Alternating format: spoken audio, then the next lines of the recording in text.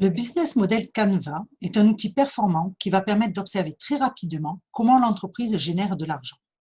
C'est une représentation cohérente des moyens de tirer des revenus d'une activité en prenant en compte la majorité des postes de l'entreprise qui sont identifiables grâce au code couleur. Pour illustrer cet outil, je vais prendre l'exemple de cette entreprise qui propose un service de traiteur en bleu et de location de mobilier lors d'événements festifs en rouge.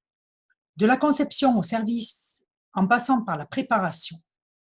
Dans cet exemple, vous trouverez en vert les éléments qui amènent de la valeur ajoutée, mais ne génèrent pas de chiffre d'affaires comme la proposition d'une nouvelle gamme bio proposée depuis le printemps 2019 en plus de sa gamme classique. Sa clientèle est principalement des entreprises et des particuliers pour les deux propositions de valeur. Tous ces produits s'appuient sur un conseil pointu qu'elle prodigue directement en clientèle en se déplaçant sur les sites. Ces différentes gammes se retrouvent sur son site internet et sa notoriété lui a permis de fidéliser une large partie de son carnet d'adresses. Elle reste disponible par mail, par téléphone et grâce à la confiance qui s'est installée, elle peut facilement et rapidement apporter une réponse aux projets les plus ambitieux. Son chiffre d'affaires est généré par le service de traiteur et les locations de mobilier. Pour que son modèle fonctionne bien, l'entreprise s'est dotée d'un gros camion aménagé avec cuisine intégrée. Elle loue un atelier de 200 mètres carrés lui permettant de fabriquer et stocker le mobilier et d'avoir un très bel atelier cuisine. Elle a également investi dans un logiciel informatique performant afin de gérer toute son organisation en plus de sa comptabilité. Elle salarie 15 personnes, de la secrétaire au cuisinier, en passant par les techniciens et les assembleurs. Tout au long de la semaine, une partie du temps est consacrée à la comptabilité, au commercial, à la relation client, ainsi qu'à la production et à l'entretien. Mais l'entreprise fonctionne également grâce aux partenariats qu'elle a noués avec les grossistes, les fournisseurs et nouvellement avec des producteurs locaux pour sa nouvelle gamme bio. Des sous-traitants comme des menuisiers ou des plasticiens, mais également des organisateurs d'événements et des programmeurs de tournées qui lui amènent de la clientèle supplémentaire. Les charges qui pèsent sur cette entreprise sont les achats de matières premières, les investissements, le marketing, l'allocation de l'atelier, ainsi que les charges sociales et fiscales.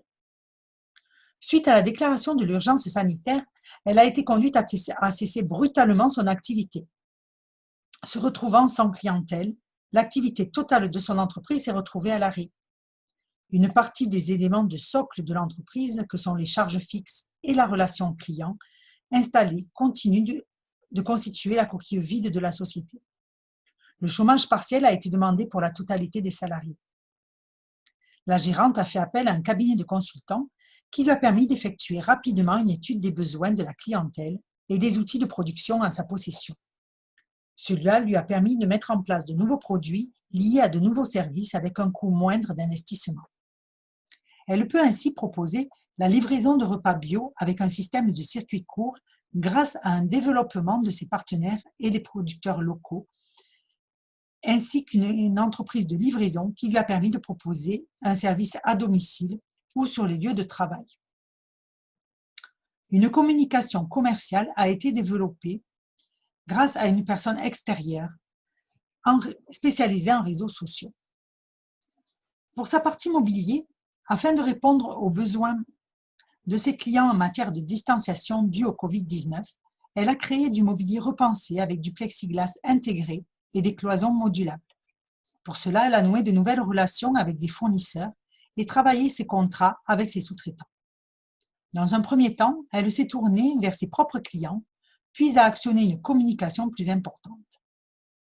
Grâce à son designer, elle peut proposer du mobilier sur mesure pour coller aux besoins de ses clients. Le site Internet a été repensé et modifié en conséquence. Le système de relations clientèle qui respecte les demandes et les besoins de ses clients et s'intègre parfaitement au fonctionnement désiré de la gérante a été conservé. Alors qu'elle ne vendait que du service et de la location, elle est passée à une prestation de vente totale.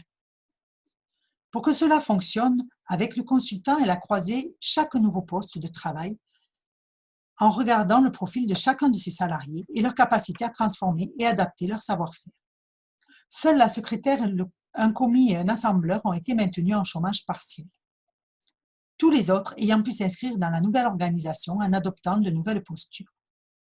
Le camion de Catherine reste dans le garage pour l'instant et l'outil informatique a dû être modifié pour coller à sa nouvelle organisation. Les activités clés de l'entreprise ont été repensées tout en se basant sur le socle existant. Plus d'entretien, mais que de la fabrication ou de l'assemblage, en plus de la comptabilité du commercial. Grâce à l'allègement des charges sociales et un crédit effectué auprès de BPI et de la région, elle a pu effectuer les investissements nécessaires pour faire fonctionner son nouveau modèle économique. Voilà une entreprise qui a réussi à rebondir malgré des conditions difficiles dues au Covid-19.